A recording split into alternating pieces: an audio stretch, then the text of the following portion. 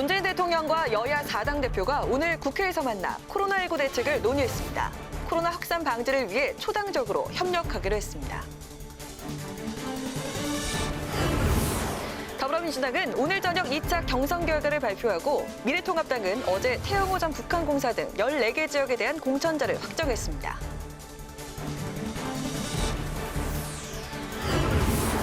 국민의당 안철수 대표가 사실상의 비례정당을 선언했습니다. 이번 총선에서 지역구 후보자를 공천하지 않고 비례대표 후보만 내겠다고 밝혔습니다.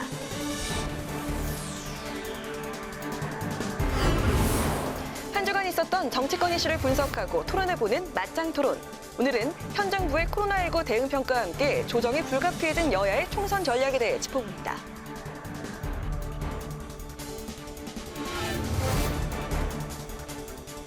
안녕하십니까. 2월 28일 의정종합뉴스 뉴스엔 시작하겠습니다.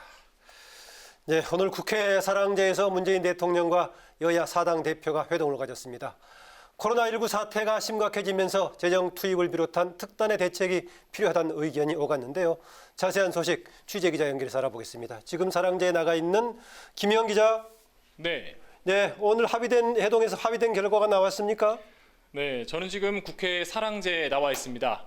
이곳에서 문재인 대통령과 민주당 이해찬 대표, 통합당 황교안 대표, 민생당 유성엽 공동대표, 정의당 심상정 대표가 오후 3시부터 1시간 반 정도 코로나19 대응책을 논의했고 합의문을 도출했습니다.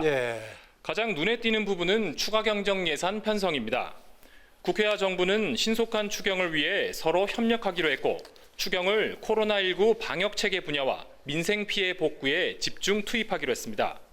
특히 문 대통령은 회동에서 코로나19 사태 극복의 핵심은 속도라고 강조하며 최대한 빨리 국회가 추경안을 처리해달라고 당부했습니다.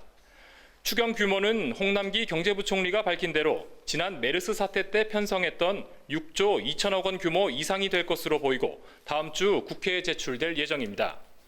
또 문 대통령과 여야 대표는 코로나19 사태가 엄중하다고 보고 초당적으로 국가적 역량을 모아 총력 대응에 나서기로 했습니다. 특히 보건의료 인력 충원과 치료병상, 시설 장비 등에 집중 지원하기로 했습니다. 아울러 향후 감염병 대응을 위한 보건의료 체계 강화 대책도 마련하기로 했습니다. 네, 문재인 대통령과 여야 대표가 국회에서 회동을 한 건 이번이 처음이라고요? 네, 그렇습니다. 문 대통령과 여야 대표 회동은 이번이 6번째인데요. 지난 5차례는 청와대에서 열렸었는데 이번엔 이례적으로 국회에서 열렸습니다. 문 대통령이 코로나19 사태가 심각하다 보고 국회에 초당적인 협력을 당부하기 위해 직접 나선 겁니다. 이번 회동은 청와대에서 먼저 제안했고 코로나19 사태의 심각성을 느낀 여야 대표들이 조건 없이 수락하면서 이뤄졌습니다. 지금까지 국회 사랑제에서 국회방송 김희연입니다. 문재인 대통령은 여야 대표 회담에 앞서 문희상 국회의장과 환담을 나눴습니다. 문 대통령은 코로나19 종식을 위해 범국가적으로 총력 대응해야 한다고 밝혔고 문 의장은 정부와 국회가 긴밀히 소통해 대처하며 이겨낼 수 있다고 말했습니다. 정부와 국회 사이에 조금 긴밀한 어떤 비상협력 체제 이런 것이 좀 구축이 돼서 코로나19 조기에 종식시키고 대통령을 중심으로 힘만 합치면 못 이뤄낼 게 없다고 나는 생각하기 때문에 이 기회에 아주 참 적절하게 국회를 방문해 주셨다라고 생각합니다. 네, 정부가 코로나19 확산에 따른 부작용을 최소화하고 경기 침체를 막기 위해서 약 16조 원 규모의 지원 대책을 발표했습니다. 착한 임대인의 일부 세액을 공제하고 가족 돌봄 휴가비도 지원합니다. 또 다음 주 추경안을 국회에 제출하기로 했습니다. 김세정 기자의 보도입니다. 민생경제 종합대책의 초점은 소상공인 등 피해계층 지원과 선제적인 소비투자 진작에 맞춰졌습니다. 연매출이 6천만 원을 넘지 않는 영세 개인 사업자의 부가가치세를 간이 과세자 수준으로 인하하고 이른바 착한 임대인에겐 인센티브를 제공합니다. 민간의 착한 임대인이 자발적으로 임대료를 인하할 경우 정부가 그 인하분의 절반을 분담하겠습니다. 숙박시설 등 피해를 입은 지역 업체에는 재산세 등을 감면하고 대구 경북 지역은 특별재난지역 선포 등을 검토하고 있습니다. 내수 침체 방지를 위한 대책도 마련됐습니다. 어린이집 휴원 등으로 가족 돌봄 휴가를 사용할 경우 정부가 하루 5만 원, 1인당 5일간 지원하기 때문에 부부 합산 최대 50만 원까지 받을 수 있습니다. 승용차 구매 시 개별 소비세를 한시적으로 인하하고 오는 3월부터 6월까지 신용카드와 체크카드 소득 공제율을 기존보다 2배 수준으로 확대합니다. 또 경제 활력 제고를 위한 소비 쿠폰을 지급하는데 국내 관광 시 사용할 수 있는 휴가 쿠폰과 임산부가 친환경 농산물을 구매할 수 있는 출산 쿠폰 등이 있습니다. 아울러 정부는 적극적인 재정의 필요성이 커짐에 따라 추경안을 긴급 편성해 다음 주 국회에 제출하기로 했습니다. 홍남기 경제부총리는 2015년 메르스 사태 당시 추경 6조 원보다 규모가 클 것이라고 밝혔습니다. 추경 편성과 관련해 민주당은 야당의 협력을 촉구했고 통합당은 선심성 예산이 아닌 코로나에 국한된 추경이 돼야 한다고 강조했습니다. 국회방송 김세동입니다. 코로나19 사태 속에서도 4.15 총선식에는 계속 돌아가고 있습니다. 미래통합당은 김학용 의원 등 8명을 공천했고 민주당은 오늘 밤 2차 경선 결과를 발표합니다. 임채원 기자가 보도합니다. 미래통합당이 8개 지역구에 대한 공천을 확정했습니다. 우선 경기 안성시에는 3선의 김학용 의원을 공천했습니다. 인천 미추홀구 갑에는 전희경 의원을, 인천 미추홀구 을에는 안상수 의원을 각각 전략 공천했습니다. 현역 의원인 인천 연수을의 민경욱 의원과 경기 하남의 이현재 의원은 탈락했습니다. 한편 미래통합당은 어제 서울 강남구 갑 등 14개 지역구에 대한 공천을 확정했습니다. 우선 서울 강남구 갑에 태영호 전 영국 주재 북한 공사를 공천했습니다. 태전 공사는 민주당 김성곤 전 국회 사무총장과 맞붙게 됩니다. 강남구 을은 최홍 전 ING 자산운용 대표가 공천을 받아 민주당에서 단수 공천을 받은 전현희 의원과 경쟁합니다. 경기 고양정에는 김연아 의원이 단수 추천을 받아 민주당 이용우 전 카카오뱅크 공동대표와 대결합니다. 미래통합당은 내일까지 서울과 인천 지역 6곳에 대한 경선을 실시하고 다음 달 5일부터는 사흘간 경기 의정부 을 등 3곳에 대한 경선을 치릅니다. 민주당은 총선에 나설 후보를 결정하는 2차 경선 결과를 오늘 발표합니다. 원외 인사 간 대결이 펼쳐지는 14개 지역구가 발표 대상입니다. 현재 서울 관악을에선 청와대 출신 정태호 전 청와대 일자리 수석과 윤종필 전 관악구청장이 경쟁을 벌이고 있습니다. 경기 성남 중원에선 윤영찬 전 청와대 국민소통수석과 조신 전 지역위원장이 맞붙었습니다. 경선 결과는 오늘 밤 발표됩니다. 다만 광주 북구을은 예비 후보의 신천지 교회 방문 논란으로 발표가 연기됐습니다. 민주당은 내일 3차 경선 결과를 발표하고 다음 달 1일부터 3일까지 4차 경선을 실시할 예정입니다. 국회 방송 임채원입니다. 국민의당 안철수 대표가 이번 총선에 지역구 후보 없이 비례대 후보만 내겠다고 선언했습니다. 민주당 정봉주 전 의원 오늘 비례정당 창당을 선언했는데요. 사실상의 민주당의 위성정당이 아니냐는 지적이 나옵니다. 이소희 기자의 보도입니다. 국민의당 안철수 대표가 전국 253개 지역구에 후보를 내지 않고 비례 후보만 내겠다고 밝혔습니다.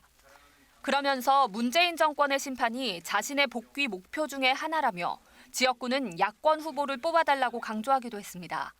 실용정치, 중도정치의 길을 가면서도 정권을 심판할 수 있는 방법을 찾아야 했습니다. 오늘의 결정이 이번 총선에서 야권 전체의 승리를 이끌어낼 수 있다고 확신합니다. 그동안 통합당과의 연대가 없을 것이라고 했지만 이번 결정으로 사실상 야권의 반문연대에 동참한 것으로 보입니다. 지역구 불출마 결정에 따라 안철수계 의원들의 이탈이 기정사실화되고 있습니다. 김수민, 김삼화, 신용현 의원은 미래통합당으로 옮길 예정이고 안 대표 측에 남아 광주 광산을 출마를 준비 중이었던 권은희 의원은 일단 지역 주민들의 선택을 받겠다고 말해 이탈 가능성을 보였습니다. 민주당 공천에서 탈락한 정봉주 전 의원도 비례정당인 열린민주당 창당을 선언했습니다. 사실상 미래한국당에 맞선 민주당의 위성정당이 아니냐는 지적이 나옵니다. 민주당은 열린민주당 창당과는 관계없다는 입장을 밝혔고 정 전 의원도 총선을 앞두고 민주당과 정책 경쟁에 나서겠다고 밝혔습니다. 지금 민주당이 중도화하고 보수화하고 그리고 대야투쟁을 하지 않는 부분에 대한 비판이 주요한 근거 중에 하나였습니다. 그리고 민주당과 정책적으로 좀 경쟁을 할 것이고요. 하지만 민주당 일각에서는 정봉주 전 의원과는 별도로 진보 진영과 연대를 모색해야 한다는 의견이 나온 것으로 알려졌습니다. 열린민주당 창당에 대해 미래통합당은 물론 정의당도 강하게 반발했습니다. 통합당은 민주당이 몰래 비례당 창당을 시도하고 있다고 비판했고 정의당도 비례민주당 창당은 개혁 입법을 훼손하고 진보 세력의 공멸을 초래할 것이라고 맹비난했습니다. 국회방송 이소희입니다.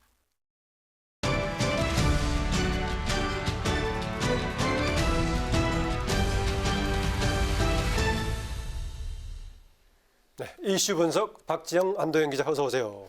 고맙습니다. 네. 코로나19 확진자 오늘 아침에 발표가 됐을 때 2,022명이었었는데 오후에 보니까 2,337명 정말 확산세가 꺾이지 않고 있는데 역시 또 각 정당들 사이로 총선의 중요한 변수가 될 수밖에 없죠. 지금 민주당은 어떤 대응책을 내고 있습니까? 네, 오늘 민주당이 선대위 출범 이후에 두 번째 회의를 열었습니다. 예. 그 4.15 총선 승패를 가릴 수밖에 없는 그 코로나19 사태 대응에 집중을 했는데요.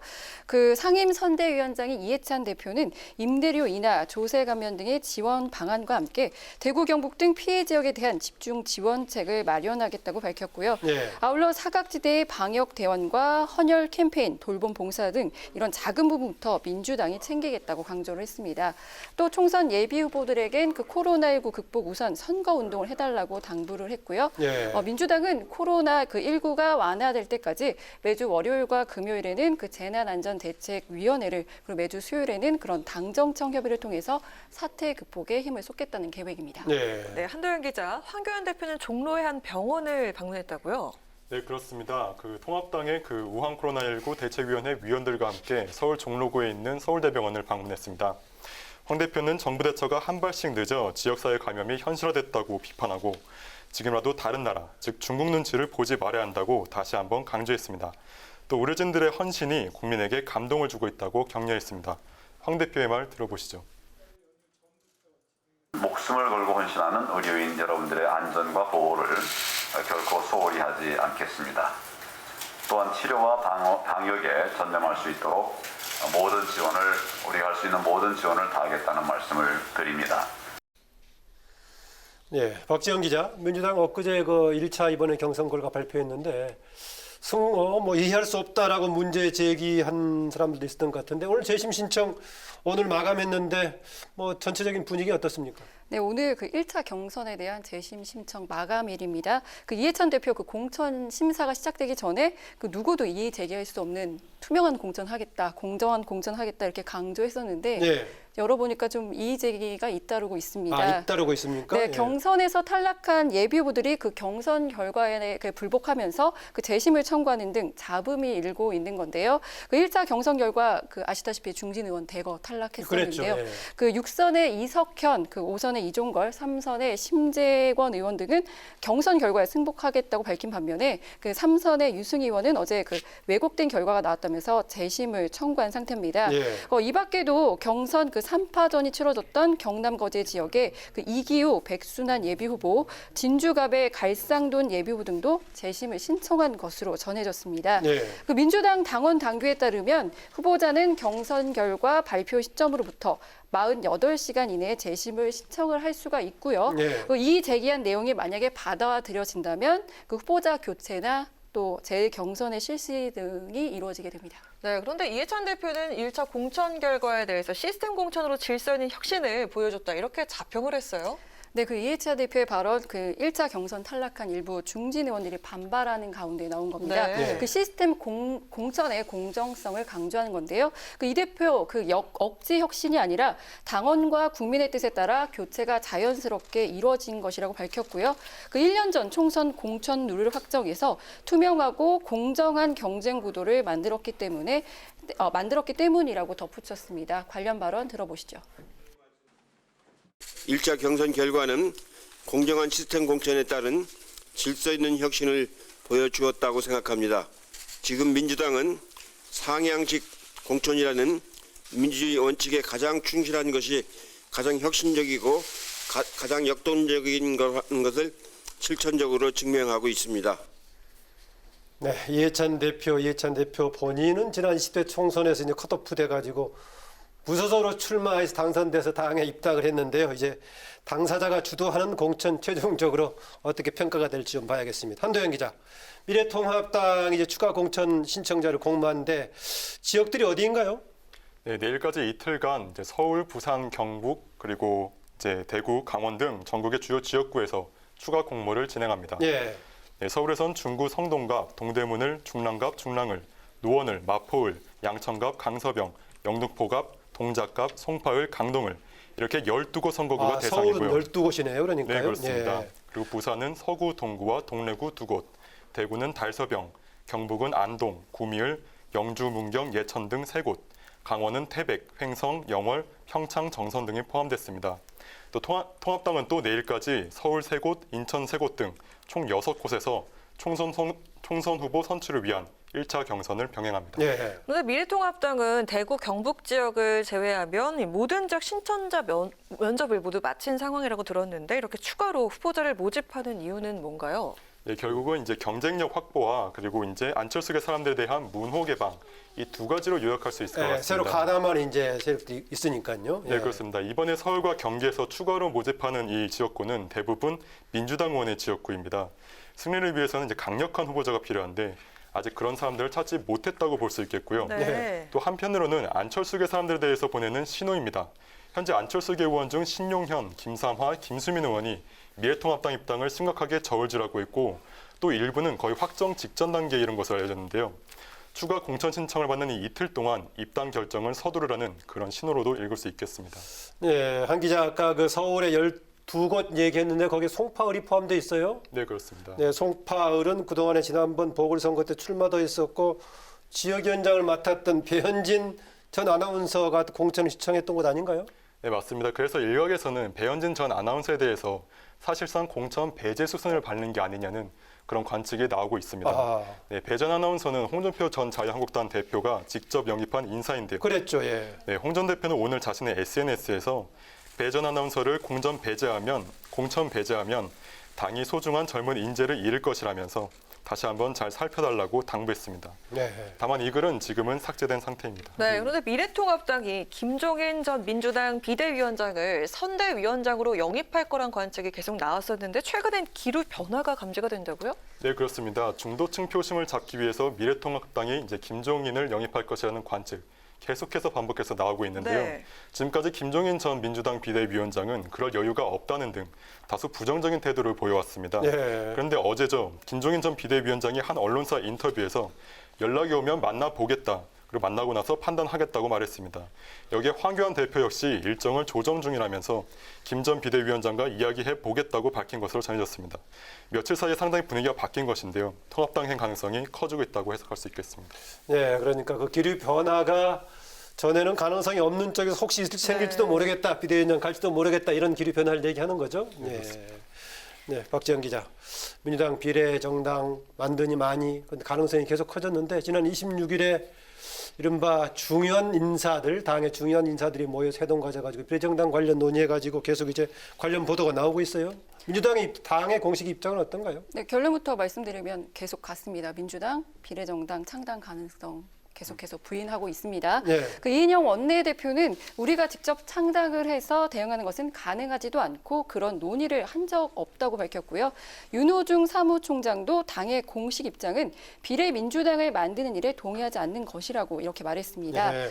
또 미래통합당과 같이 그 민심을 거역하는 범죄 행위를 저질러서는 안 된다는 것이 당의 대체적인 의견이었다면서 민주당은 연동형 비례대표제 도입 취지를 훼손할 일도 할 계획도 없다고 강조를 했습니다. 다만 그 민주당은 그 미래통합당이 그 원내 일당이 되는 것을 막기 위해서는 그 당 외부 비례정당과 연대할 가능성은 좀 놔두고 있는데요. 윤 사무총장은 아직 그런 제안이 없었지만 예. 만약에 제안이 있다면 당 차원에서 논의를 해서 결정할 일이라고 말했습니다. 공식 입장과 실제 입장 이렇게 구분해서 봐야겠군요. 네. 네, 정봉주 전 의원이 참여하는 비례정당 열린민주당과 연대할 가능성도 완전히 배제하지 못하겠네요. 네, 앞서 리포트에서도 보셨겠지만 정봉주 전 의원도 일단은 자기네들이 이제 민주당 비례정당은 아니라고 얘기를 했는데요. 네. 그 정봉주 전 의원 역시 총선 후에 그 민주당과 합당 여부에 대해서는 밝히지 않았습니다. 정확하게 말을 아꼈거든요. 거취에 대해서 아직 생각해 본 적이 없다. 뭐 질문에 답을 하지 않겠다 이런 오늘 아침 뭐 라디오 방송 인터뷰에서도 뭐 그런 거 없다라고까지 얘기를 했다고 보도가 됐던데요. 네, 예. 어쨌든 지금 말을 아끼고 있는 상황인데다가 그 이인영 원내대표가 얼마 전에 그 일병들이 여기저기서 나오는 것을 어쩔 수 있겠냐 이렇게 한 발언이 있어서 예. 그 연대 가능성 배제는 완전히 지금 배제하긴 힘들어 보이는 상황입니다. 이제 총선 승리를 위해서 이제 민주당 입장에서는 여러 셈법을 놓고 계속해서 고민을 이어갈 것으로 보입니다. 네, 이렇게 이인영 원내대표는 의병이라고 상당히 긍정적인 의미를 담아서 얘기하고 있는데 한도현 기자, 야당들은 여기에 대해서 어떻게 반응하고 있습니까? 네, 상당히 좀 비판적입니다. 예. 오늘 그 미래통합당 김재원 정책위의장은 오늘 아침에 열린 원내대책 회의에서 예. 민주당이 참으로 가증스럽다고 네, 예. 강도 높은 비판했습니다. 미래한국당 창당에 대해서는 나쁜 정치 선동이라고 악담 퍼부을 땐 언제고 이제 와서 비례정당을 창당하냐는 이야기인데요. 예. 정당 창당 자체는 헌법에 보장된 자유이기 때문에 뭐 막지 못하겠지만 그렇죠. 예. 먼저 괴물 같은 선거법을 만든 데 대해선 대국민 사과를 하라고 촉구했습니다. 그러면 미래한국당의 김재원 의원이 했단 얘기인가요? 네, 그렇습니다. 예. 네, 김재원 정책위의장의 발언 들어보시겠습니다. 이제 와서 의석 한석이 아까워서 위성정당 창당을 시도하는 것은 국민에 대한 배신이자 기만입니다. 네, 민생당도 논평을 내고 선거제도 개혁의 취지를 무력화시키려는 행위라면서 위성정당을 만들면 거대한 민심의 역풍을 맞을 것이라고 경고했습니다. 네, 오늘 이슈 분석은 여기까지 듣겠습니다. 네, 박지영, 한도현 기자 수고하셨습니다. 고맙습니다. 더불어민주당은 헌법재판소가 공무원 범죄에 관한 몰수특례법, 이른바 전두환 추징법의 제3자 재산추징 관련 조항이 합헌이라고 결정한 데 대해 환영의 입장을 밝혔습니다. 이해식 대변인은 논평을 내고 헌법재판소가 권력을 이용해 취득한 재산은 끝까지 추적해 환수해야 한다는 법률의 취지를 지켜냈다고 강조했습니다. 또 전두환 전 대통령 일가의 치밀하고 교활한 재산 은폐 행각을 철저하게 밝혀낼 수 있길 기대한다고 밝혔습니다. 미래통합당은 더불어민주당을 향해 조속히 선거구 협상에 나설 것을 촉구했습니다. 통합당은 총선이 47일 앞으로 다가왔지만 선거구 조정과 지역구 정수가 확정되지 못하고 있다며 이같이 밝혔습니다. 또 선거구 획정은 지역주의가 영향을 끼쳐선 안 된다는 원칙이 지켜져야 하고 반드시 여야 합의로 처리해야 한다고 강조했습니다. 국회 사무처는 다음 달 실시 예정인 입법고시 일정을 4월 이후로 잠정 연기했습니다. 국회 사무처는 코로나19 확산으로 인한 수험생과 국민의 건강 보호를 위해 이같이 결정했다고 밝혔습니다. 국회 사무처는 연기된 입법고시 일정은 가능한 빨리 국회 채용 시스템에 공고해 응시자의 혼란을 최소화할 방침입니다. 유인태 국회 사무총장은 오늘 코로나19 국회 안전상황실을 방문해 국회 대응 상황을 점검했습니다. 유 총장은 코로나19가 국회까지 확산되지 않도록 철저한 방역을 당부했습니다.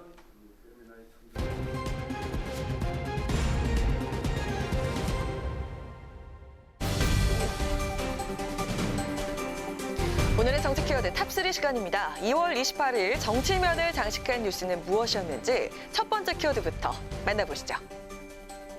더불어민주당 핵심 인사들이 총선을 앞두고 비례대표용 위성정당 설립 문제를 비공개로 논의한 것으로 한 일간지가 보도해 파장이 일고 있습니다. 민주당은 최근 몇몇 인사들이 비례정당 창당 필요성을 제기하면서 비례정당론이 불붙은 상황이었는데요. 전혀 검토하지 않는다는 당의 공식 입장과는 달리 핵심 인사들이 모여 비례정당 대응책을 고민했다는 것만으로도 관심을 집중시키기에 충분했습니다. 무슨 심각하게 대책을 논의하고 결론을 내리는 자리가 아니었습니다. 다만 미래통합당이 정치개혁을 무산시키고 민심을 도둑질하는 이런 행위를 좌시할 수는 없는 것 아니냐는 그런 이야기들이 있었다는 말씀을 드립니다. 당시 만찬 자리에는 윤호중 사무총장과 이인영 원내대표, 홍영표 전 원내대표, 전해철 의원, 김종민 의원이 참석했는데요. 참석자들은 비례민주당을 만들 의사는 전혀 논의된 적이 없고 그 자리에서도 얘기된 적이 없다며 외부에서의 연대 등 제안이 아직 없고 그런 부분에 대해 당이 먼저 논의할 입장에 있지 않다고 밝혔습니다. 하지만 이런 부인에도 민주당이 어떤 형식으로든 비례정당 대응에 나설 것이라는 전망이 나오고 있는데요.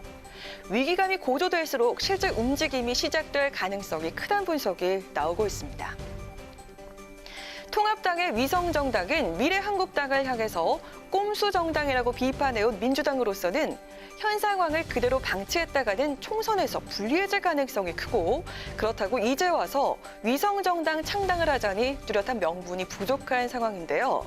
총선을 앞두고 고민이 더욱더 깊어지고 있는 민주당. 비례정당의 딜레마를 어떻게 풀어나갈지 관심이 모아지고 있습니다.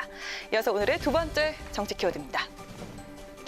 네, 최근 정치권 일각에서 들리는 소문 하나, 바로 미래통합당의 전신인 새누리당의 당명을 신천지 교주 이만희 총회장이 지었다는 이야기가 돌면서 논란이 일고 있는데요. 이에 미래통합당은 새누리당 당명을 자신이 장명했다고 주장한 이만희 총회장을 오늘 오후 허위사실 유포에 따른 명예훼손 혐의로 고소했습니다. 미래통합당은 신천지 교주로 불리는 이만희를 명예훼손죄로 고소하기로 하고 오늘 중앙지검에 고소장을 접수할 예정입니다. 이만희의 신병 확보를 위해 출국 금지를 요청했습니다. 고소 이유에 대해 2017년 대법원은 신천지가 반사회, 반인륜적 집단이라는 것을 인정하는 판결을 했다며 이러한 인식이 널리 확산한 점을 고려하면 새누리당 당명을 본인이 지었다는 이만희의 거짓 발언은 그 자체로 새누리당의 명예를 훼손하는 것이라고 설명했습니다. 이어 통합당은 자유한국당의 전신인 새누리당 역시 승계하고 있다. 새누리당 당명을 이만희가 장명했다는 허위사실은 미래통합당의 명예를 훼손하는 허위사실이라고 밝혔습니다. 특히 새누리당이라는 이름은 2012년 1월 국민 공모를 거쳐 당내외 인사들의 의견 수렴을 통해 결정된 것이라며 총선이 임박한 지금 허위사실을 유포해 미래통합당과 출마 예정자의 명예를 훼손하는 것은 중대한 선거법 위반 행위라고 강조했는데요. 통합당은 공정한 선거를 방해하는 모든 세력에 대해 무관용 원칙으로 대응할 계획이라고 경고했습니다. 신천지가 주요한 감염 경로로 지목되고 있는 가운데 특정 교단에 관해 얘기하는 것은 적절치 않다며 신천지 관련 말을 아껴왔던 통합당. 그러나 총선을 앞두고 혹여나 민심을 잃을까 통합당과 신천지를 둘러싼 소문에 차단막을 치고 나선 것으로 풀이가 되는데요. 명예훼손죄로 고소당한 이만희 총회장의 운명은 어떻게 될지 추후 상황을 지켜보도록 하겠습니다. 마지막으로 세 번째 오늘의 정치 키워드입니다. 4.15 총선을 앞두고 여야가 지역구 출마자 공천 작업에 속도를 내면서 수도권 대진표가 윤곽을 드러내고 있습니다. 그 가운데서도 미래통합당 나경원 의원이 현역으로 있는 서울 동작 의뢰, 더불어민주당이 이수진 전 판사를 투입하는 방안을 유력하게 검토하고 있는 것으로 알려지면서 판사 대 판사 대결 구도가 성사될 전망입니다. 더불어민주당은 서울 동작을 나경원 의원의 대항마로 이수진 전 부장판사를 투입할 것으로 보이는데요. 당은 여성 법조인 출신인 이 전 판사가 나 의원의 대항마로 적절하다고 판단한 것으로 알려졌습니다. 나 의원은 사실 34회, 이 전 판사는 사실 40회 출신인데요. 이 전 판사의 공천이 확정될 경우 정부의 사법 정책 등을 놓고 여성 판사 출신인 두 후보 간의 치열한 경쟁이 예상됩니다. 민주당은 이 전 판사 외에도 영입 인재의 전략 배치를 사실상 마무리했는데요. 이모경 전 감독은 불출마를 선언한 백재현 의원의 지역구인 경기 광명갑에, 오영환 전 소방관은 역시 불출마하는 문희상 국회의장의 지역구인 경기 의정부갑에 전략 공천할 것으로 알려졌습니다. 한편 통합당은 서울 강남갑 후보로 태영호 전 주영국 북한대사관 공사를 전략 공천했고요.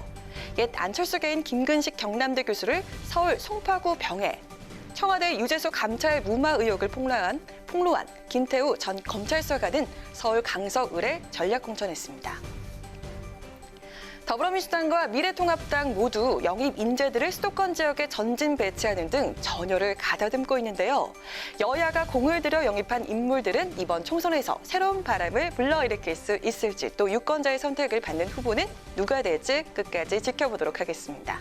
이상 오늘의 정치 키워드 탑3였습니다.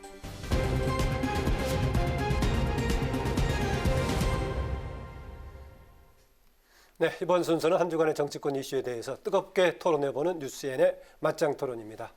색다른 시각으로 핵심을 짚어줄 또 실력 있는 두 분이시죠. 최민희 전 더불어민주당 의원, 정호김 전 새누리당 의원 두 분 나오셨습니다. 어서 오세요. 반갑습니다. 예, 문재인 대통령과 여야 4당 대표 오늘 국회에서 만났는데요. 그동안에 이미 5번 만남이 있었고 오늘 6번째인데요. 처음으로 이제 국회에서 더불어 사랑제에서 만났는데 오늘 회동과 또 결과 종합적으로 총평 한 번씩 듣고 시작할까 합니다. 최민희 전 의원.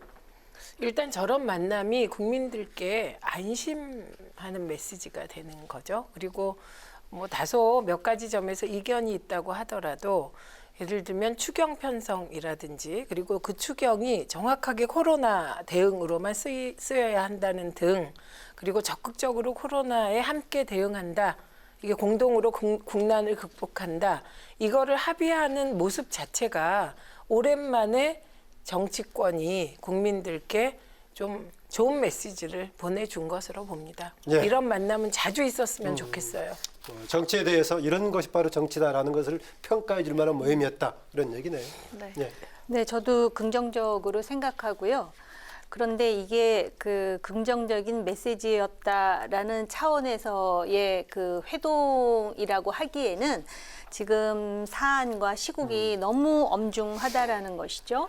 대구 같은 경우에는 지금 의료진도 번아웃되는 상태이고, 또 병상이라든지 또 방호복이라든지 심지어는 마스크에 이르기까지, 네. 거기다 지금 민생 경기는 거의 파탄 지경이거든요. 따라서 신속한 추경 확정, 그리고 초당적인 협력을 서로 약속한 만큼 이제는 이 확산을 어떻게 막고 잠재우느냐에 대해서는 서로가 이견이 있을 수가 없는 것입니다. 이제 네. 행동으로 보여줘야 될 때라고 봅니다. 네, 오늘 여야 회동에서도 언급이 됐었지만 중국인 입국 금지 확대를 놓고 격론이 이어지고 있습니다. 초기와 현재상이 좀 많이 달라지기도 했는데요. 이 부분에 대해서는 어떻게 보십니까, 정 의원님? 중국인 입국을 막지 않는 5가지 이유를 청와대가 지금 제시를 했는데요. 그러면서 마치 또 중국의 눈치 보기라고 하는 것에 대해서 유감이다. 대변인은 이렇게 말하는데 예. 이 급한 와중에 5가지 이유를 대는 청와대에 대해서 참 유감이다라고 말하고 싶고요. 그 5가지 이유 보면 특별 입국 절차를 실효적으로 지금 작동했다 그러는데, 지금 들어오는 사람한테 앱 깔아준다는데 그 앱 실제로 안 하는 사람이 5분의 1은 넘는다 그러더라고요. 그리고 중국인 입국자에 대해서 안정적 관리를 하고 중국인 입국자보다 우리나라 입국자가 더 많다 그랬는데, 방금 제가 들어오기 전에 뉴스를 보니까 다시 중국으로 돌아가는 사람을 보니까 중국인이 3,000명이 훨씬 넘고 우리나라 사람은 중국으로 가는 숫자가 적더라 이거예요. 그렇기 때문에 오히려 청와대가 지금 가짜 뉴스를 확산한 게 아니냐, 이런 지금 논란이 확대되고 있고요. 그다음에 WHO 가이드라인대로 했다 그러는데, 이런 말은 차라리 안 하는 게 좋습니다. WHO 가이드라인이 있음에도 불구하고 자국민의 그 안전을 위해서 입국을 철저히 통제한 나라는 이렇게까지 지역 확산이 되지 않았습니다. 그리고 네. WHO 사무총장의 정치적 성향에 대해서 얼마나 말이 많습니까? 그리고 중국 내 확진자 수 감소한다 그러는데, 중국 통계를 믿을 사람이 과연 몇이나 됩니까? 지금 전 세계적으로 이게 팬데믹 상황으로 본다면 지금도 상당히 상황을 좀 긴장하면서 보수적으로 관리해야 된다고 생각을 합니다. 예. 우선 저는 정말 정치권이 가짜 뉴스 하면 안 된다고 생각합니다. 우선 첫째는 이태리하고 이란하고 싱가포르는 이태리 같은 경우는 처음부터 중국 방문을 막아버렸습니다. 중국 방문객을. 이란도 마찬가지예요. 싱가포르이 그렇게 했습니다. 지금 이 세 나라에서 확진자 수가 급격히 늘고 있습니다. 특히 이태리 같은 경우는 이게 최소한 우리나라는 신천지라는 집단 내에서 전파됐다는 거라도 찾아냈는데 이태리는 찾지를 못하고 있습니다. 그러니까 이 중국인 입국 금지라는 게 정쟁화되면서 근거 없이 떠돌고 있는 건 확실합니다. 왜냐하면 이 세 나라가 지금 전 세계적으로 지금 주목받고 있는 것입니다. 그다음에 두 번째는 중국인 거주 지역에서 코로나가 지금 확진되고 있지 않습니다. 그래서 이게 과학적인 근거 없이 중국인 입국 금지를 계속 얘기하는 것은 모순에 빠지게 되는데 입국 금지가 변수가 아니다라고 보고 있네요. 이게 변수가 아닌 이유 중에 하나는 지금 대구 경북이 이게 코로나에 어떻게 보면 막 확산지가 되고 있습니다. 그럼 대구 경북에 중국인이 많습니까? 그런 문제 아니고 그러면 똑같이 일부가 대구 경북을 이동 금지하자는 주장이 계속 나와요. 인터넷 보면. 그것도 말도 안 되는 것이죠. 그래서 지금은 중국인 입국 금지나 대구 폐쇄를 얘기할 때가 아니라 확진자들을 어떻게 하면 잘 관리해서 완치시킬 것인가. 이게 중요한 문제고 또 하나 있는 게 일본이 대한민국을 입국 금지했다는 기사가 나요. 그 내용이 구체적으로 뭔지 아세요? 일본에 비자를 신청한 A가 2주 안에 대구 경북을 방문했다면 그 사람을 입국 금지하겠다는 거예요. 이건 우리가 우한에 대해서 취한 조치랑 똑같은 것이거든요. 그래서 이런 비과학적인 주장 그만 정쟁화하시고 대책에 집중했으면 좋겠습니다. 제가 이제 반박을 안 할 수가 없는데요. 지난주까지도 제가 입국을 지금이라도 중국에서 오는 중국인뿐만이 아니라 내 외국인에 대한 통제가 필요하다고 분명히 말씀을 드렸었는데요. 지금은 이렇게 말하는 게 솔직할 거예요. 대구뿐만 아니라 지금 전국적으로 숫자가 늘어나기 때문에 초동 대응에 잘못되었다. 그걸 놓쳤다라고 말하는 게 더 솔직한 얘기일 것 같고요. 지금 이태리, 이란, 싱가포르에 대해서 말씀을 해주셨는데 이태리를 포함한 유럽은 처음에 국경에 있어서 입국을 제한하지 않았어요. 그렇기 때문에 그게 문제라는 것이 여러 언론을 통해서 나왔고요. 특히 이태리 같은 경우는 유럽에서 유일하게 중국의 1대1로 정책을 받아들인 나라입니다. 그리고 이란 같은 경우는 고위 관료가 2명이나 지금 감염됐잖아요. 이 부분에 대해서 그리고 지금 사망자가 굉장히 많습니다. 이런 거는 국제 정치적으로 봐야 되는데 중국과의 교류가 있었던 나라가 많아요. 그리고 오히려 중국하고 지금 국경을 맞대고 있는 러시아라든가 몽골에서는 안 나오고 있어요. 상대적으로. 그러니까는 초동 대응에 대해서 감염원을 막아야 된다라는 건 제 주장이 아니에요.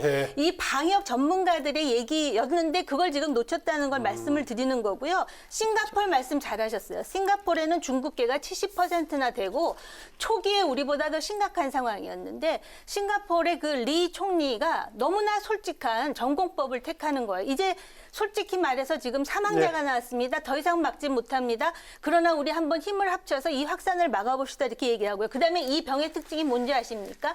이미 기침해서 폐렴으로 가서 열이 날 때는요. 위험 수위를 넘어간 거예요. 잠복기부터 이미 엄청난 그런 전염률이 있거든요. 우리가 애초에 이 병의 기본적인 내용을 알았더라면 좀 더 잘 초기 대응을 초동 대응을 하지 않았을까 하는 아쉬움이 지금도 매우 큽니다. 우선 첫째, 코로나가 처음 나왔을 때 코로나가 폐에 안 좋은 영향을 준다는 걸 안 사람은 전 세계에 한 명도 없습니다. 결과론적으로 그렇게 얘기하시는 건 정말 곤란합니다. 지금에 와서 그걸 알게 된 것이고 지금 사망자가 나온 것은 굉장히 애석한 일이죠. 그런데 그 사망자들이 사실 기저질환을 앓는 분에게는 코로나뿐만 아니라 일반 감기도 위험한 것이죠.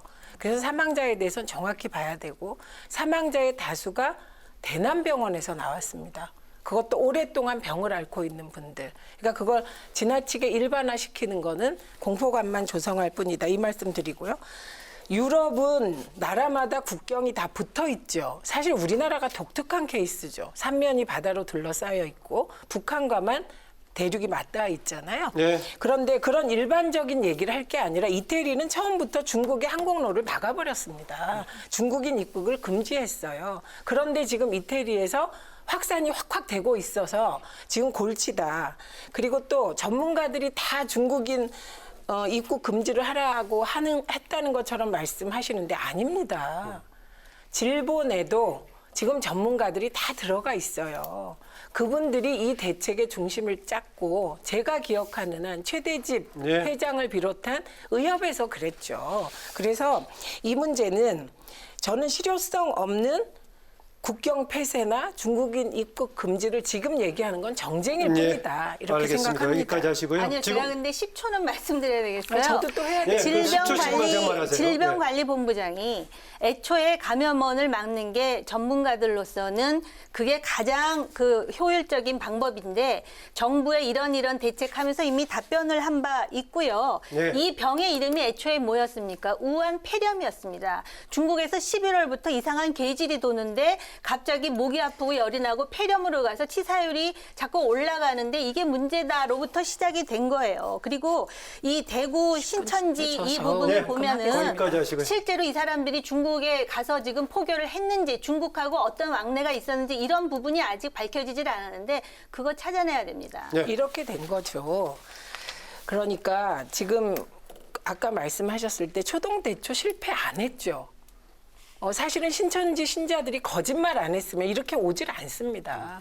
특히 31번 확진자의 경우는 이게 검사도 거부하고 그 이후에도 정직하게 증언을 하지 않았습니다. 네. 그리고 지난해 12월에 우한에서 신천지 대회 무슨 모임이 있었다는 거 아닙니까? 이게 증언으로 나오고 있어요. 네. 그리고 이 중에 음력서를 전후해서 40명 가까이가 대구에 들어왔다는 겁니다. 그런데 네. 이 중에 7명의 행방이 오리무중이었어요. 지금도 신천지 신도들은 이게 소재 파악이 안 된다는 게 가장 큰 문제입니다. 네, 거기까지 하시고요. 아니 그러니까 5초만 할게요.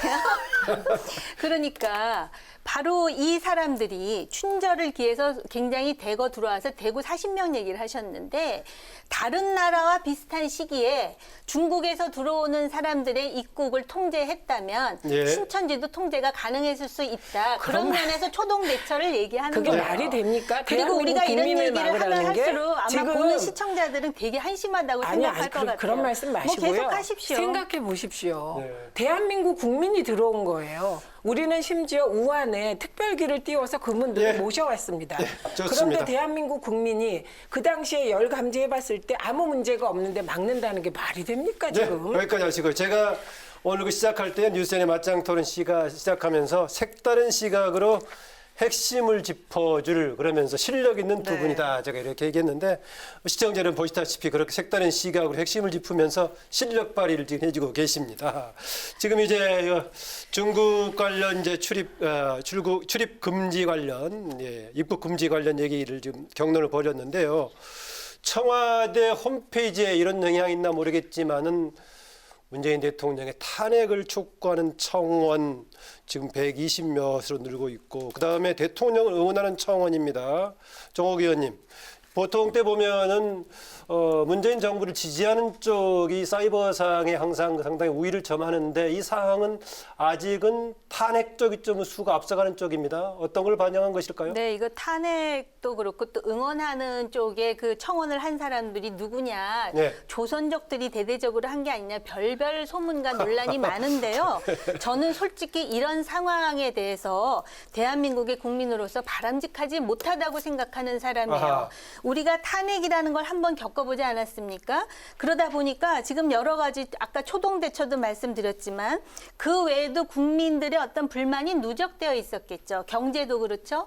대북 관계도 그렇죠. 요번에 이렇게 그 중국에 대해서 지금 중국이 우리한테 하는 행동과는 전혀 다르게 중국에 대해서 눈치 보기를 한 거 아니냐라는 그런 어떤 그 분기 탱천하는 모습이 있거든요. 그러니까 그런 것 때문에 이렇게 이제 탄핵하자 그러는데 지금 상황으로는 네. 요번에 여야 대표가 만나가지고 지금 뭐 추경 예산도 얘기했듯이 지금은 정쟁을 벌일 때가 아니에요. 제 생각으로는 총선이 얼마 안 남았기 때문에 총선으로 심판받으면 된다라고 생각을 합니다. 대통령 탄핵 얘기 말고요. 지금 박능우 장관에 관한 논란 어떻게 보십니까? 대통령이 임명한 그 보건복지부 장관으로서 과연 대한민국의 장관이 많은가? 중국 교포들이 지금 이런 불만을 토로하고 있답니다. 그 중국에서 온 사람들이 아니라 중국에 갔다 온 우리나라 사람들 때문에 대한민국 내에 우한 폐렴, 즉 그 코비드19가 늘어났다 이런 말을 해가지고 오히려 중국 내에서 공안 당국이 그 중국에 있는 교민들을 상대로 해가지고 마치도 지금 이 병의 근원이 우리 한민족인 것처럼 몰아붙이는 상황을 만들고 있다라는 것이고요. 그 다음에 정말로 아까도 말씀드렸듯이 이 병의 애초에 감염원이 우리가 아닙니다. 신천지도 마찬가지예요. 신천지가 확산하는데 분명히 영향을 주었겠죠. 그러나 애초에 감염원은 중국인이었고 그래서 입국 통제에 대해서 네. 다른 나라에서는 내 외국인에 대한 통제가 있었어요. 네. 그래서 그런 부분에서 이 보건복지부 장관은 향후에 이 코비드19가 어느 정도 가라앉으면 그 대통령이 경질을 해서 책임을 물어야 된다고 저는 생각합니다. 네. 두 가지 얘기했습니다. 청와대 청원하고 박능우 장관 관련 이야기 두 가지 아니요, 얘기했습니다. 저는 그 전에 왜 그렇게 신천지에 대해서 관대하신지 황교안 대표도 그렇고 지금 보수 정치권에서 왜 그렇게 신천지를 감싸시는지 전 정말 알 길이 없습니다.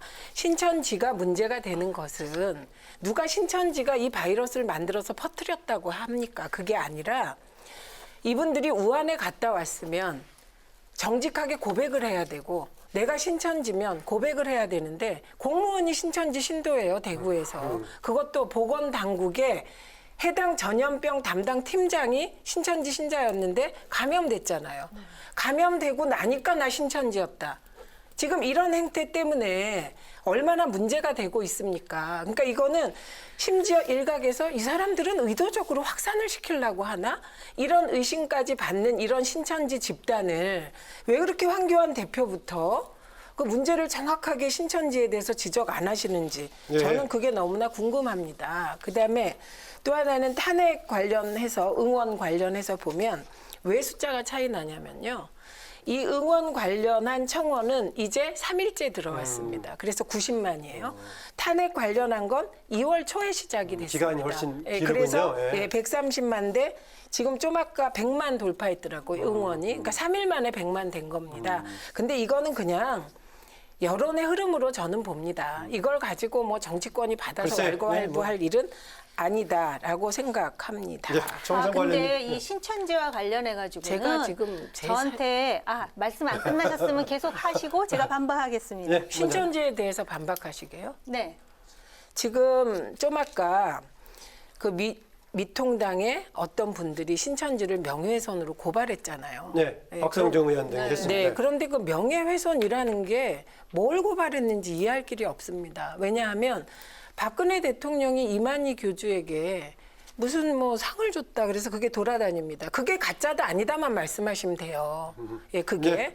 그다음에 두 번째는 2007년 8년에 한나라당 시절에 신천지에 당원 요청을 공식적으로 했다. 입당 요청을.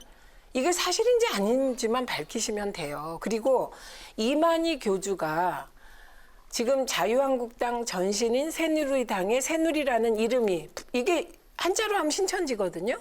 이거를 내가 지어줬다라고 얘기한 것은 어제 오늘의 일이 아닙니다. 네. 근데 그것을 오늘 고발을 하는 건 또 뭔지. 그래서 저는 정말 이해할 길이 없습니다. 신천지가 확산의 주범이고 네. 지금 매우 위험하게 활동하고 있고 더 중요하게는 명단을 공개하는데 그중에 정치인과 유명인은 빼고 하겠다. 이렇게까지 나오는데 저는 정치권이 한 목소리로 정치인 명단 공개해라 신천지, 네. 연예인 명단 공개해라 이렇게 나와야지 왜 그런 목소리를 안 내시는지 알 수가 네. 없습니다. 네, 신천지에 대해서만 말씀을 드릴게요. 그 굉장히 곡해할 수 있는 부분이 왜 신천지에 대해서 관대하냐 이렇게 얘기를 하는데 네. 분명히 감염원은 중국이었고 애초에 출입국 통제를 했으면 신천지가 이렇게 자유롭게 들어갔다 나왔다 하면서 이렇게 그 거대한 확산을 일으키는 그런 같은 얘기가 중요한 반복되지 확산자가 않습니까? 되지는 않았을 거라는 부분을 제가 분명히 네. 지적했고요. 그다음에 여기서 아까 뭐 박근혜 전 대통령 무슨 그랬는데 저도 본 게 있어요. 뭐냐면은 그 당의 민주당의 중요한 그 몇몇 요인이 신천지로부터 표창장을 받은 것도 돌아다니는데 네. 지금 중요한 건 무엇이냐? 이 신천지가 새누리다 그랬는데 지금 한간에서는 또 뭐라 그러냐? 문재인 대통령이 말씀하신 아무도 경험하지 못한 나라를 세 글자로 하면 신천지다 이렇게 그게 얘기하는 말이 사람도 됩니까, 있거든요. 지금? 신천지를 새누리라고 지금 아니, 매도하는 그게- 의원님 얘기도 네. 잠깐만요. 한쪽에서 보면 말이 안 되고요. 아니, 그게 그다음에 아니라. 지금 그 부분은 저도 강조하고 싶은 것이 대구에서 지금 뭔가 예배를 받다는 거 아니에요? 그리고 지금 그 신천지의 대회장인가 총회장인가 그 사람의 형이 장례식 할 때 거기 참석한 사람이 있다는 거 아닙니까? 그 외에도 법무부를 통해 가지고 출입국을 해갖고 신천지에 누가 왔다 갔다 했고 어느 기점에서 왔다 갔다 했는지 그런 거 확인해 보면 예. 과연 이 사람들 중에 확산자 아니죠, 지금 제가 해야죠. 31번은 슈퍼 확산자가 아니라 그러는데 그러면 31번을 감염시킨 신천지든 누구든 그건 확인할 수 있을 거라고 저는 생각을 합니다. 예. 아니 그렇게 어거지 쓰시면 안 되는 아이고, 게 어거지가 제가 뭐라고 무슨- 얘기했냐면 세신자 이게 저기 천자 지자 이게 우리나라 말로 풀어 쓴 게 새누리다 뜻이 그냥 그렇게 얘기를 한 겁니다. 그거를 무슨 그러니까 그런 말씀을 아무도 하세요. 경험하지 그다음에 또 못한 하나 나라를 자세히 보면 그게 신천지죠. 아무도 경험하지 못한 나라가 얼마 전에 미경험이지. 얼마 전에 말도 진중권 안 되는 소리를 교수가 하십니까? 정말로 그리고 문천지교다. 문재인 플러스 신천지교와 같이 마치 사이비 종교처럼 지금 아니, 그 지금 당에 고장난 레코드 그런 그 뜨셨습니까? 친문파들이 제가 지금 발언할 계속해서 시간이잖아요. 그 거기까지 이상한 마무리하시고요. 행동을 하고 네. 있다고 저 그러는데 한 차례에 끼어드시는 아니 어거지를 겁니다. 쓰신다고 하니까 잠깐요. 그러니까 어거지를 먼저 잠깐 쓰지 두 분 다 마시고요. 잠깐 가만히 좀 계시고 진정하세요. 발언할 기회 드릴게요. 정말 아니, 10초만 이제 하시고 그만 10초만 하시고 드려야죠. 하십시오. 네, 하십시오. 저분 하시고 저가 하세요 그러니까. 아무도 경험하지 못한 나라가 어떻게 신천지입니까? 미경험지지. 그러니까 그렇게 거짓말 하시면 안 되고 그냥 신천지를 풀었었으면 새누리다. 이 말에 왜 그렇게 발끈하냐고요. 네, 됐습니다. 저는 이 할길이 네, 각자 얘기하시고요. 시청자분들이 어느 분의 말에 공감할 따지면 되는 아니, 거니까. 지금요 계속 얘기를 하니까 이게 몰리고 있을 거예요. 아니 그만하시고요. 세간에서 무슨 두 분의 새누리가 주장 중에서 신천지라고 하니까 거기까지 세간에서 하시고. 하는 말을 제가 얘기하는 네, 거예요. 거기까지 하시고. 아니 세간에서 한 이제 말은요. 이제는 거기까지 하시고. 박근혜 대통령과 신천지가 네, 그럼 다시 밀접한 시작이 됩니다. 관계이 있다. 네. 이런 얘기는 네, 뭐 언제부터 나왔는데 거기까지 하시고. 레코드판처럼 그 얘기를 어느 쪽 말에 대해서 하시니까 시청자들이 민주당의 공감할지 주요 네, 정치인들이 거기까지 받은 하시고요. 표창장도 네, 나돌고 있다는 정 의원님 얘기는 제가 거기까지 안 할 하시고. 수가 없는 아니요, 거죠. 표창장 놔둬라요. 그런데 표창장 놔둔다고 민주당이 신천지에 대해서 경고하지 않는 게 아니 그래서 아닌데 제가 얘기하지 왜 않습니까? 네, 거기까지 하시고. 대구에서 예배 본 거기까지 사람이랑 하시고. 그냥 이제 그다음에 장례식 참석한 그만하시고. 사람이랑 그만하시고. 왔다 갔다 출입국 관리에 있는 그만하시고. 사람들 유명이라고 해서 네, 다 네, 까보자는 정리하세요. 거예요. 다 까세요. 네, 정치인들, 아, 신천지. 좋습니다. 특히 정치인들 중에 신천지 교인이 네. 있다는 거 아닙니까? 지금 신천지 제가 쪽에. 봐도 있을 좋습니다. 것 같은데 좋습니다. 그만하시고. 어떤 말이 있을지는 모르죠. 그만하시고 해봐야죠. 그만하시고 뭐 치열하다 보면 소리가 섞일 수도 있는데요. 최민희 의원님이 저만 그러냐고 했는데 제 팔이 이쪽에 가까우니까 이렇게 하다 보니까 그랬고요. 제 팔은 저기 멀리 있어서 그랬던 거니까. 아나운서께서 저쪽을 제어하셔야 거기까지 하시고요. 네, 제가 좀. 제가 볼 때는 시간을 네. 공평하게 주셨다고 생각을 합니다. 네, 뭐이 질문을 공평하게 줬다고 생각하니까 본인에게 유리하다고 느끼겠잖아요. 시청자들이 하겠죠. 예, 뭐 이거 뭐 최근에 나오고 있는 비례정당 관련 얘기를 할 수밖에 없습니다. 보니까 최근에 워낙 많이 생기고 있어서요.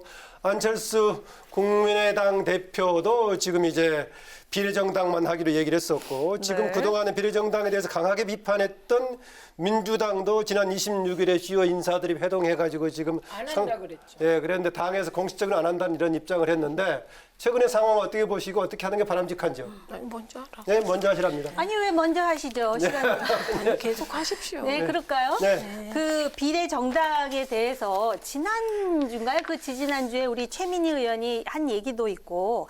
근데 어떤 어제 얘기였었죠? 이 비례 정당이라는 게 준연동형 비례대표제의 그 개정법 정신에도 맞지 않고 잘못된 것이다. 그래서 그때 우리가 한 말 중에 이 정치판이 이렇게 막장으로 가서야 되겠느냐는 얘기까지 한 것 같은데 중앙일보를 보면은 그 비례정당에 대해서 민주당의 중요 인사들이 마포 어디선가 이야기했던 것이 전부 공개가 돼서 큰 논란이 되고 있는 상황 아닙니까? 그러면서 거기에 4+1로 같이 협력했던 야당에 대해서도 제가 정말 차마 입에 못 담을 그런 이야기까지 나오고 그러는데요.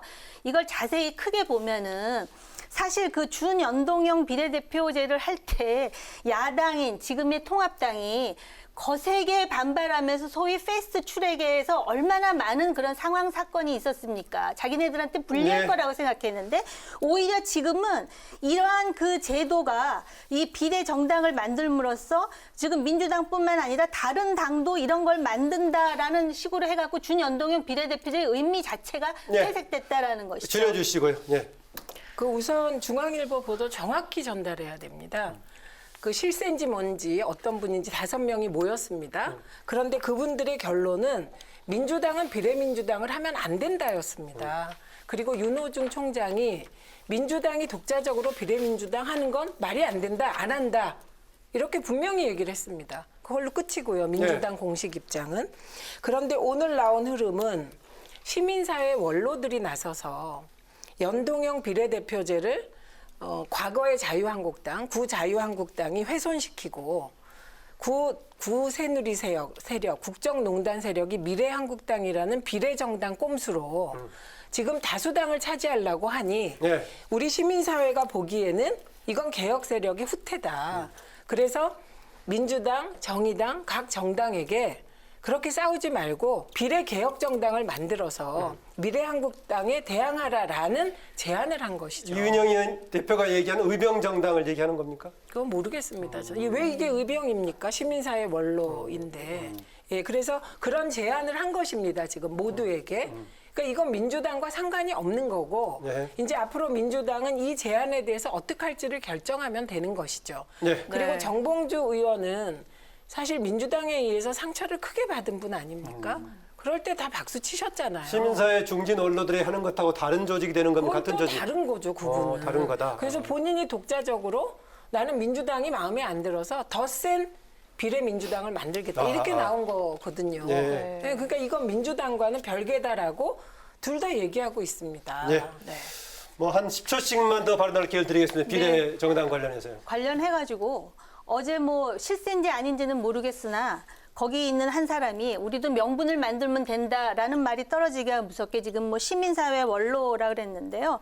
어찌됐든 민주당은 최민희 의원 말에 의하면 창고정당, 종이정당, 참 나쁜 정치인 비례정당은 안 맞는다고 했으니까 추이를 지켜보면 될 것 같고요.